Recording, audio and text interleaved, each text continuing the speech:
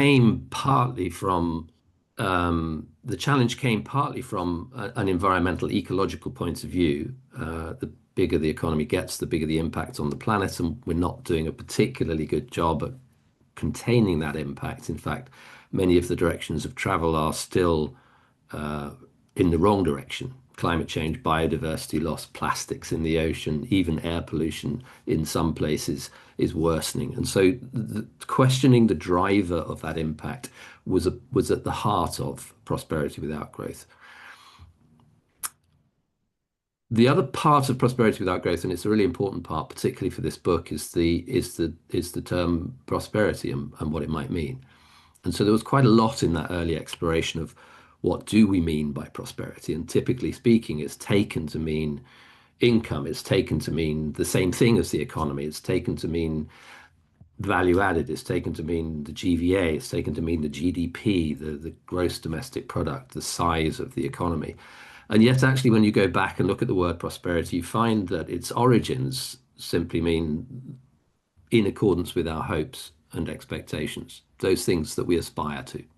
And of course, we do aspire sometimes to money, but usually only as the means to an end. And so when you go back to first principles and think about what prosperity might otherwise mean, one of the things we did was to ask people. And quite a lot of the answers that came back were around the idea that prosperity, first and foremost, has more to do with health than it has to do with wealth. Now, that's a kind of interesting finding for all sorts of reasons, not particularly surprising. When you ask people on the street, if you ask people who are experts in health, if you look at public health in particular, if you ask people who are from the wisdom traditions or from sociology, you will find that theme coming up again. And it's been expressed more recently, of course, in the language around the well-being economy. Well-being and health are very similarly related concepts. In fact, the WHO in 1948 defined health as a complete state of physical, social, and physical, mental, and social well-being, I think was the terminology at that time, and not merely the absence of disease. So this idea, in fact, that health is something, an overarching term that is closer to what we mean when we talk about prosperity than is the idea of income or wealth, has a very long pedigree, and it's well supported by data. And in some senses, it's kind of blindingly obvious because we know for ourselves that when health goes missing, it's very difficult to concentrate on anything else. And when that happens to be the health of ourselves or the health of our families, that sharpens the need even more to focus on prosperity as health. So here's the kind of interesting thing to me about defining prosperity as health rather than as wealth. Wealth is something, at least since capitalism, that you accumulate. Growth is the forging dynamic of wealth. The more you grow, the more revenues that you have, the more profits you can get, the more you can invest in the process, which increases that virtuous cycle, a monetary virtuous cycle, and creates wealth. It's a dynamic of more and more. It's a dynamic of increase. It's a dynamic of growth. Health isn't like that. And even our physiological health, and this was kind of my starting point for the care economy in a sense, even our physiological health is not always a question of having more and more. Sometimes, of course, you need more nutrition where there isn't sufficient nutrition.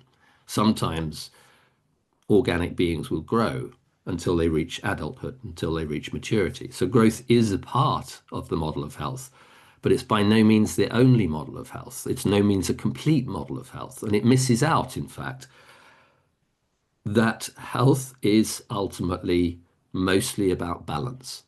And if you start, for example, with the human body, we live inside an architecture, a physiological architecture, which is finely balanced from birth through the growth cycle to adulthood, and even in our decline.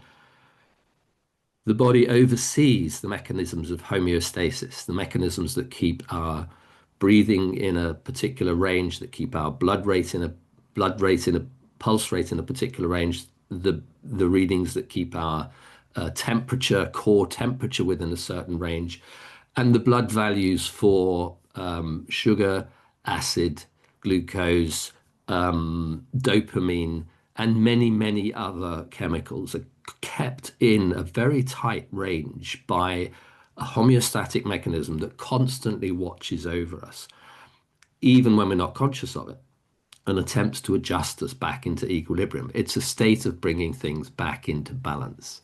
Health, typically speaking, is more about balance than about growth. That's the point. And so when you look at kind of what goes wrong in the growth-based economy, it becomes a little more obvious how it tends to tip us away from health, because its dynamic of more and more suggests that the more you have, the better off you are, always, increasingly, and forever. And in health, that dynamic is an anathema.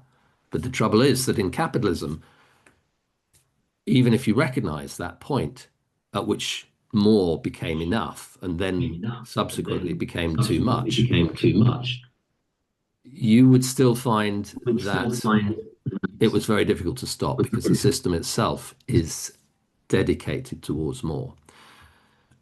So two things really for me came out of that. One was this sort of complete contradiction of the logic of a growth-based system with the logic of a health-oriented system.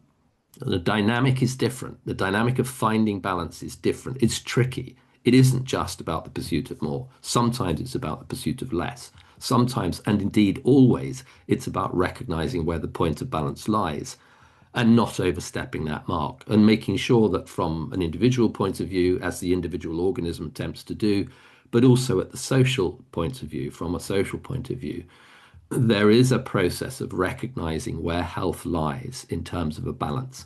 And we're constantly getting that wrong. One of the examples of that, I'll give you just one example of that.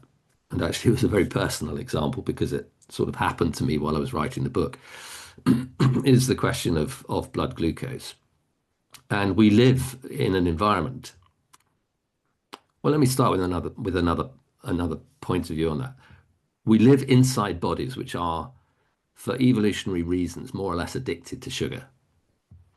We strive for sugar because it creates an instant energy hit, and in the environment of evolutionary adaptation, as anthropologists call it, sugar was very, very scarce. So our bodies were actually programmed to go out and seek sugar. And that seeking of sugar is closely related to a dopamine surge in the brain. And that dopamine surge is an important part of what motivated us to go out and do things, to go out and pursue things, in this case, sugar, because it gave us a nice, good feeling in the ancestral environment and was few and far between. We were lucky to get it, and it served its purpose while we had it. We now live in a very, very different environment in which sugar is, of course, plentiful. It's all over the place. And yet we still have that evolutionary architecture. And we have developed a food system. We've developed a food industry. We've allowed a food industry to develop, which actually knows two things. The first is that sugar is a good way to sell products. And second, that we're not well protected against it because of our neuropsychology. In other words, and this is where the story does get personal, we set ourselves up really for an epidemic, almost a pandemic of chronic disease. And many of those chronic diseases are related, first and foremost, to refined carbohydrates and sugar, a poor diet, which over increases blood glucose, and in particular leads to diseases like diabetes, which is defined as a high glucose level, and was something that I was diagnosed with during the course of writing the book. So suddenly the book, which I was writing about health and prosperity as health, became sort of deeply personal. And, and I began to realize that actually this kind of disease in our model of health is something that we are not well equipped to tackle. Even if you think about the National Health System, for example, the National Health Service, when the National Health Service was born in about 1948, around about the same time that the WHO was writing about what health is, much of its job was to tackle infectious disease and workplace injuries. In the 75, 80 years since that time, that job has changed drastically. We did a pretty good job at tackling some infectious diseases, but we failed to notice actually the rise of chronic disease. And chronic diseases now kill 75% of people. So you're dying from chronic diseases rather than dying from infectious diseases. And a part of that, of course, is because we got older as a population, and so we exposed ourselves to this more continuous process of suffering from chronic disease. But a part of it is that we have radically changed our diets over those 80 years. We have radically increased refined carbohydrate and sugar. We've taken out dietary fiber, which tends to be the way in which the body assimilates that kind of glucose. We've taken out other essential nutrients which keep our energy-based system, our homeostatic system, our health system in the body functioning. And we've added in a whole load of environmental toxins. We've also added in stress, everyday stress, chronic stress as a factor, which is undermining our health. All of these things combined create this pandemic of chronic disease. And if you take our existing model of health, you would sort of say, well, what we need is a pathogen, something that's gone wrong, some part of the system. That's the case with infectious diseases. We identify a particular virus, a particular bacterium that's causing a particular disease, and then we find a pharmaceutical product which will kill that thing, and then we'll be healthy. And that model of health developed roughly over the same period that capitalism developed, and partly because it was largely speaking, a capitalistic model of medicine in the sense that it allowed for a profitable industry to arise from inventing pharmaceutical products which would kill diseases. That model fails when it comes to chronic disease. And if you seek the pathogen in the case of chronic disease, then ultimately you have to, I think, identify that pathogen not with an individual virus or bacteria, not even within an individual body, not in our neuropsychology, which tempts us to be addicted to sugar, but actually in the society that constantly not only exposes us to the results of that addiction, but also profits from it. And so here is to me, the real key between the growth-based economy and the care economy. It is that in neglecting health, in creating a model of health that prioritizes profit, we have created a pathogenic environment. The pathogen is our environment, and that environment is giving us a pandemic of chronic disease whose costs are essentially becoming unpayable. No, I didn't put this in the book, or I might have mentioned it, I think, but I did the piece of work after I'd finished the writing of the book. But after I'd finished writing, more or less, I did a piece of work for the Food Farming Countryside Commission because I was intrigued to know exactly what was the economic cost of having got this balance wrong. What was the economic cost of chasing wealth as a goal rather than health, and actually monetizing the undermining of health? So I did this piece of work back in November last year for the Food Farming Countryside Commission, just to figure out what just the food-related costs of chronic disease and the reversible chronic disease were in the UK. And I mean, the numbers are staggering. And you can play with numbers, of course, till the cows come home. But broadly speaking, I think my efforts were fairly conservative. And I figured out that the costs of the chronic disease related costs of poor diet in the UK were something like £268 billion a year, more than we spend on the entire health budget in the UK. And if you're accumulating costs at that rate, it becomes pretty clear that ultimately you're not going to be able to meet those costs, or that they're going to be met by undermining the rest of your economy. And yet we've defended that food industry consistently on the basis that it is profitable, it contributes to growth, it contributes to incomes, it's part of the GDP, it's an important and powerful lobby in our political governments, and governments have, if anything, turned a blind eye to the fact that that food industry has systematically weaponized our own neuropsychology to create a food system that's making us ill.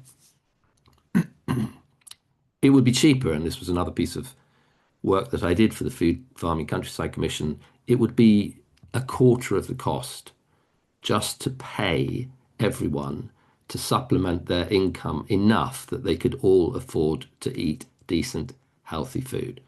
And in that sense, what's happening here in the wealth-based economy, in the growth-based economy, is that it is a false economy. It's something that the ecological economist, one of my mentors, Herman Daly, would call uneconomic growth. Yes, it's creating some economic growth in society, but it's actually undermining this, not just our health, but our economy and society itself by creating costs which outweigh the benefits. Uneconomic growth. And that idea is really a part of my motivation in the care economy. The care economy, what I'm doing for you here today is just kind of setting out some of the broad underlying arguments. But the book itself for me turned into something more of a journey. It is in part a very, very simple hypothesis that prosperity is primarily about health rather than wealth. So the economy should primarily be about care rather than growth. But there's a sense in which that's so obvious. Care, without care, there is no economy. That the real question becomes why, how did we reach such a dysfunctional state? And what can we do about it? And that journey is the journey in the care economy. And it is partly a journey, of course, in which I am a personal traveler, which means that the style of the book is nothing like a textbook. It's more, well, people have described it to me in various different ways as a travelogue, as a thriller, as a sort of diary. It does have all those elements to it. It has quite a lot of the history of how we got here as well. But its primary thesis is that capitalism selects out care systematically, not accidentally, but systematically. And it's busy undermining not only our society or even just our economy, but fundamental aspects of prosperity like health. And I'll just stop at that point. I think there's plenty we could talk about there, and I'm very happy to answer your I'm about to questions. start crying, so I just need to pull myself together. That was fantastic. And you can't do justice to the book in 10 minutes, but it's like a fantastic overview. And I think actually leads firstly into Donna's question. You've hinted at this already, but do you believe a care economy and GDP can coexist? And if not, Um, well, I think a care economy can exist with GDP as just a measurement of the size of the economy. What I think is very difficult to coexist is a care economy in the context of a government whose political priority is simply to increase the GDP. Because we go to all sorts of places. We go to a food industry, we go to a pharmaceutical industry, we go to an arms industry, we go to industries which promise us growth but systematically undermine our health in the process. And that's a place where we're liable to make big, big mistakes, and indeed have made them. yeah, yeah. And I think for Angela's question follows well on this. So, I mean, how do we encourage governments to shift focus from the growth to the balance point? Do you see that happening in the near future? And what can we do to enable that? I know in the past you've been part of conversations directly with government, part of APPGs. So myself as well, I'd love to hear where you're at in moving these things forward and what we can all do. Yeah, no, you're right. We in CUSP actually were the secretariat for an APPG on the limits to growth, and so kind of getting some of these ideas into Parliament is something that we worked on for a very long time. It's very hard work, I would say. We still have, good contact to good MPs who really do understand the issues and who are desperate to try and make changes, particularly actually interestingly, and this is an interesting point about this book in the area of public health, in the understanding of this relationship between the economy and our health. Health is something that everyone can get behind. We can all argue about growth. We can all argue about whether degrowth is a good term or a bad term, or whether growth is needed or not needed. but actually it's very difficult to argue against health. So it has a lot of public support behind it, that idea. And so there is, I think, a moment emerging in which there is a little bit more receptivity amongst parliamentarians to the idea that an important agenda. It's an agenda that people can get behind. You don't have to delve into these scary economic issues about the degree of growth or the absence of growth, but you can, in fact, influence the debate about those by pointing out the priority of health and the priority of care as a process within your economy. And you can also, I think, point out, that there is something called the careless economy, as I talk about it in the book. And actually, this careless economy, this economy that pursues growth, that pursues productivity, that allows these things to happen, without any attention to health, is ultimately a parasite from the care economy. It could not exist without care in all its forms. Our kids wouldn't grow up, they wouldn't be healthy, our adults would not be able to work, they would not be productive, our economy would not be able to function if you forgot about care altogether. And there are signs that we've got that balance wrong between the careless economy and the care economy. And I think that's something, again, that there's an increasing recognition that this is important. But more than that, for me, this is something which Treasury should take seriously. Treasury is ultimately the arbiter of most of the decision making that goes on, certainly in financial terms across the government departments. And if you can take that argument into Treasury, particularly at a point in time when public finances are so stretched, then you have a little bit more traction, perhaps, than some of the debates about growth that happened when Prosperity Without Growth was published. So that's my hope, at least. I can't give you sort of unadulterated good news about the reception within Parliament at this point in time, but I can assure you that there are some very, very good parliamentarians who do understand these issues and actually came into Parliament, some of them in the last election, precisely to fight some of these battles, which I find very encouraging. Good, that's some positive. We're still getting two more similar questions around GDP. And you might feel you've sort of answered it enough or just sort of delve a bit more deeply, but really sort of just recognizing how bad a measure it can be in including a lot of the uneconomic growth you talk about. Any more sort of thoughts on and the fact it's been known for more than 40 years, and even when it was put in place, was very much said that it needed regulatory changes to ensure it kept up to date with where we were. Any more insights into understanding, and then that's what your book talks a lot about, is understanding issues is a great way to then solving them. Really understand why we are where we are and any hopes of changing it. Yeah, yeah. I see somebody in the chat is quoting RFK Senior on GDP, which is actually was the opening of my book in the previous book, Post Growth. It was sort of between Prosperity Without Growth and the care economy came a book called Post Growth, which looked at some of the sort of philosophical roots of these arguments around growth and looked at the direction that we might want to travel in, sort of hinted at some of the arguments in the care economy as well. But as you say, that has been very, very well known. Even the architect of the GDP, Simon Kuznets, recognized that it was not good as a measure of our welfare, of our well-being. It is quite good, and this is maybe surprising from someone who's been a critique of growth and a critique of the GDP. It is quite good at understanding our economy, and it's good at understanding our economy because it simultaneously measures three different things. One is our expenditures, one is our incomes, and the third is the value added by the industry that's creating our incomes and allowing for our expenditures.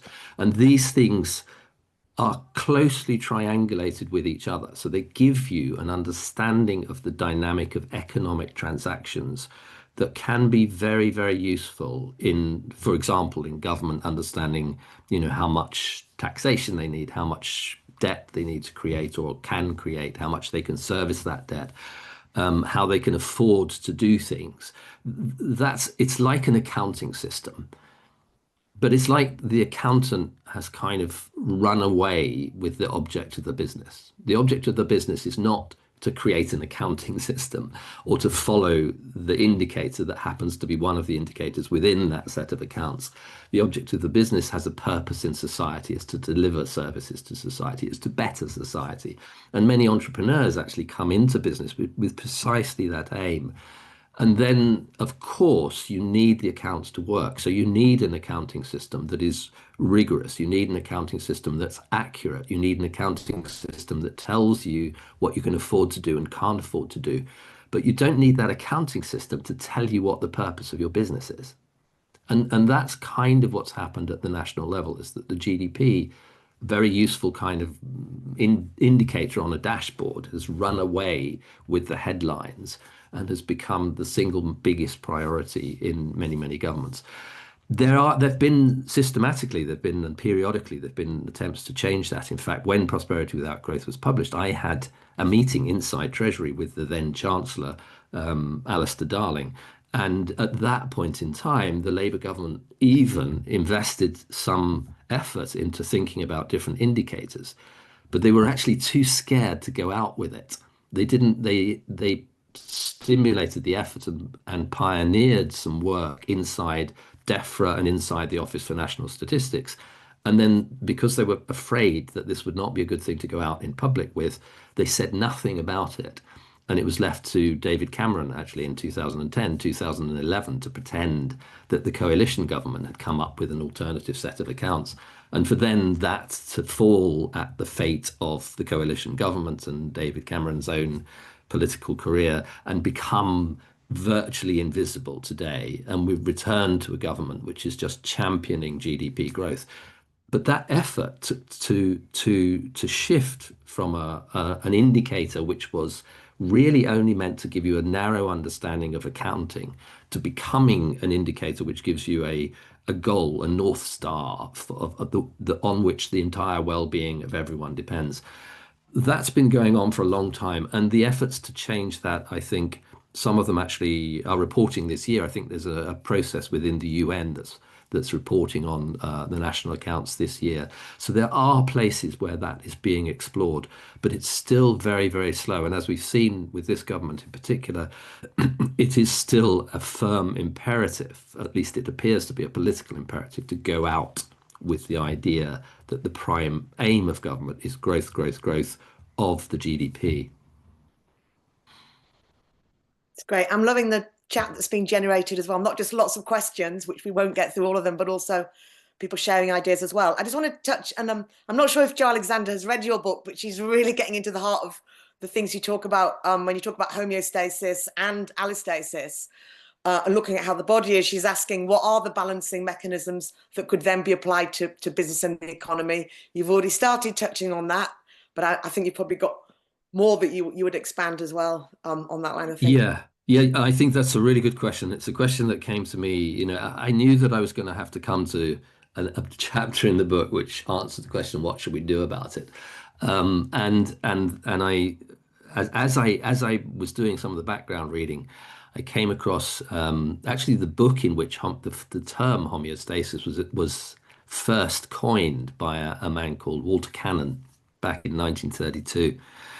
And essentially, the last chapter of that book, which is absolutely extraordinary, he sort of says, as a thought experiment, what if we took this principle, which we know to be an organizing principle in health, and applied it to what the economy should look like? And so I was able in the book actually to borrow some of his ideas about how you might do that, and also to include a lot of the literature that's come from actually largely feminist economics about policies to support care in the economy, which in some sense are kind of blindingly obvious and yet thoroughly neglected, like making sure that we pay carers properly, making sure that the conditions of care are protected in society, recognizing that actually the careless economy owes a debt to the caring economy, and you have to have therefore some, and this is not just a social debt, it's not just a sort of intangible debt, it's actually an economic debt that the careless economy owes to the care economy. So you need some financial mechanisms which transfer the resources that are being plundered, exploited, extracted from the care economy by the careless economy in order to return that wealth to the care economy and enable it to function. So there are lots of really interesting ideas. One of the things that Cannon points to, and I think is very interesting because it tells us something about the nature of care. The nature of care is a kind of it's a restorative principle. Care is what restores us to the balance of health. How do you know where that balance lives, and how do you therefore know where to care and how to care? And one of the key aspects of that is that you need almost constant attention to that point of balance. So you need mechanisms within the economy that are homeostatic in nature, that measure the distance from that stability, that point of health, that balance of health, and then apply restorative forces in the direction of that balance. And that's, I think, quite a profound understanding in two ways. First of all, because that attention is time consuming, and time is not a thing that the capitalist economy does well. In fact, a lot of our business models are intent on taking time, the time of workers, for example, within the business, out of the process of production as fast as possible, because time is a cost, time is money. And yet, time is the essence of care. So you have to be thinking not only in terms of shifting the business model to allow this attention to take place, but actually for creating attentive mechanisms within society itself that tell you when and where precisely you're out of balance. And that, I think, is, just to take that example of the food industry again, that should be precisely what our oversight of the relationship between food, health, and pharmaceuticals should be doing. It should be pointing out that we've got that balance wrong. But without that attention, which is critical to the art of care, that becomes difficult to do at the societal level. Thank you. Brilliant. I'm going to kind of group two questions together, or two areas, kind of shifting much more and into the area of the book that I loved, which is our psychological well-being. I loved your terming of the sacred canopy.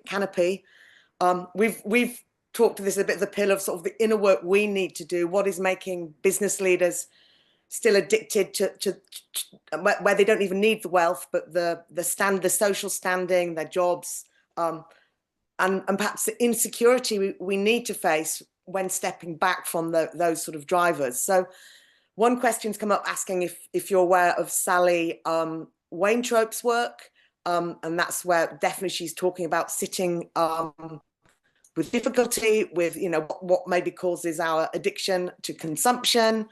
And I just also want to remind people that in the book we mentioned the wisdom of insecurity, which is all about trying to face these things and make a step back. And then there's also a related question just about education, and that's education at the school level, where I think still very much taught about growth, not really thinking about these ideas, and within university as well. I know you're part of CUSP, and there's some great courses and information there, but then some of the economics courses I still think very much lead from a much more traditional, rigorous economic structure, and free markets leading us in the right direction. So there's a lot in that. We've got Yeah. 6 minutes left, but I'll let you go where you want. Yeah, I mean, let me take the education one first. So, yeah, it's fascinating because education to some extent is a part of the care economy. It's a place where attention to balance matters, where actually educating in terms of health matters. But it's also a place where we've kind of dropped the ball massively, I would say. Even as an educator, I would say that we dropped the ball. We don't have an education that's set up to do that. We don't have an education system that even teaches kids basic things about their own nutrition, their own functioning. And we've given over some of those subjects to a view of education, which is to create people who are either producers or consumers, and ideally both in society.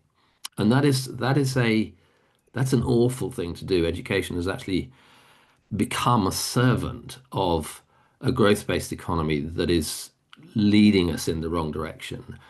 And it's increasingly difficult to turn that around, in part because of some of the ways in which knowledge is now created and knowledge is now distributed. And I mean, over my time as a teacher, as a lecturer, I have watched this happen, and I'm sort of ambivalent about whether it's unilaterally bad or perhaps that has some good in it. Because one of the things that's happened, it seems to me, as I've watched my own role as a teacher change, is that that can no longer be a kind of totally pedagogic